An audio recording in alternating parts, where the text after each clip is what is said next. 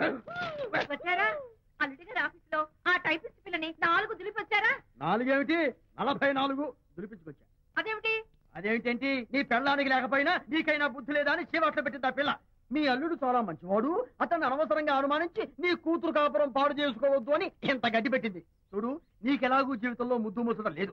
మొగుడు ఉన్నా ఒకటే, లేకపోయినా ఒకటే. ఇదిగో చిలకా గోరింకల్లా పచ్చగా ఉన్న వాళ్ళ కాపురంలో ఇప్పటి వరకు పెట్టిన చిచ్చు చాలు. ఇప్పటికైనా కళ్ళు తెరుచుకుని వెళ్లి అల్లుడు గారి కాళ్ళ మీద పడి క్షమాపణ కోరు. నీ కూతురు కాపురం బాగుపడుతుంది. లేకపోతే దాని బతుకు కూడా నాలాగే నవల్ల పాలవుతుంది అన్నాడా సరళ తండ్రి ఈ నవల్లో? కాదు, శాంతి తండ్రి నీ మొగుడు నిజంగా నిర్భయంగా.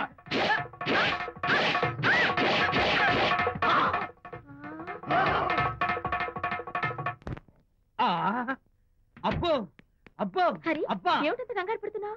ఏం లేదనిత, మా పక్కింటి జయరాం ఒక టైపిస్ట్ అమ్మాయితో ఫ్యాక్స్ సంబంధాలు పెట్టుకున్నాడు.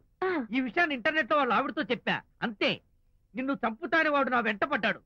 నువ్వు చెప్పు అనిత, నేను ఎప్పుడైనా నిజం చెప్పానా? ఫర్ ఎగ్జాంపుల్, నీ కారణంగా విజయ్కి శాంతికి గొడవలు వచ్చాయి. ఆ విషయం నీతో చెప్పానా? ఏంటి, విజయ్కి శాంతికి గొడవలు వచ్చాయా? మామూలు గొడవలు కాదు, విడిపోయే రేంజ్ గొడవలు వచ్చాయి. నీతో ఫ్రెండ్షిప్ మానేస్తేనే గాని తనతో కాపురం చేయనని శాంతి పుట్టింటికి వెళ్ళిపోయింది. ఆ సంగతి నీకు తెలిస్తే నువ్వు బాధపడతావని విజయ్ నీతో ఈ విషయం చెప్పొద్దన్నాడు. నీతో చెప్పానా? చెప్పలేదు. నా గొంతులో ప్రాణముండగా చెప్పను, చెప్పనుగాక చెప్పను.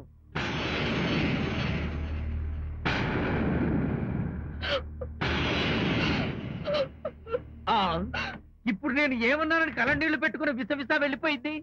విజయ్ శాంతి విడిపోయిన విషయం చెప్పలేదనే కదా చెప్పాను. అయ్యో హరిశ్చంద్ర, నిజం చెప్పకనే చెప్పానే, క్లైమాక్స్ మొదలవుతుందే. అయ్యో,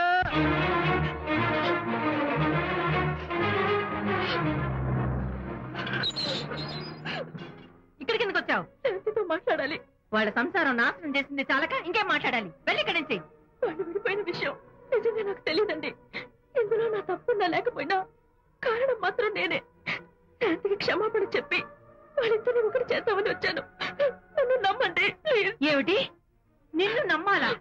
కట్టుకున్న మొగుడిని వదిలేసి పరాయి దాని మొగుడుతో కులుకుతున్న నిన్ను నమ్మాలా? నమ్మటం కాదే, నిన్ను నిలువునా నరకాలి.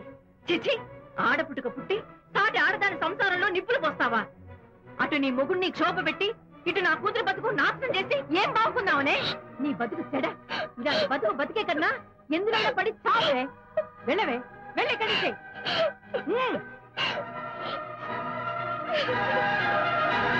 నన్ను క్షమించకు విజయ్. ఈ 3 కార్లు వరుసగా నా మీద ఎక్కించి చంపేయి. ఎక్స్ట్రా డెకరేషన్ నాకేం అర్థం కావట్లేదు. ఏం చెప్పంటావు విజయ్? అనిత కారణంగా శాంతి నీతో గొడవపడి పుట్టింటికి వెళ్ళిపోయిందని నాలోని హరిశ్చంద్రుడు అనితతో చెప్పేశాడు.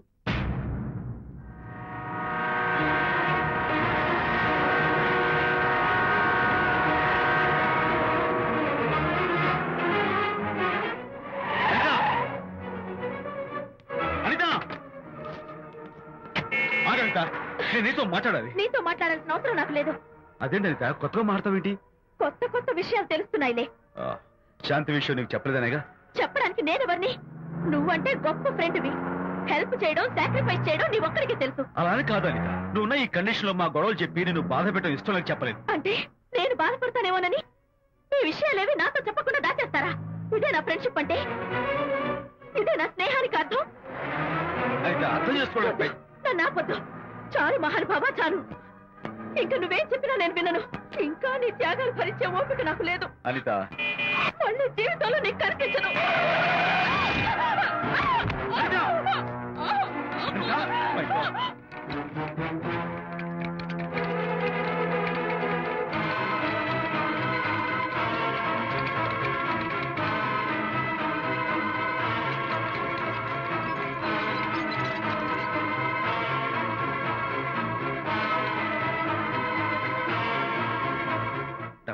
మిస్టర్, కండిషన్ చాలా క్రిటికల్ గా ఉంది.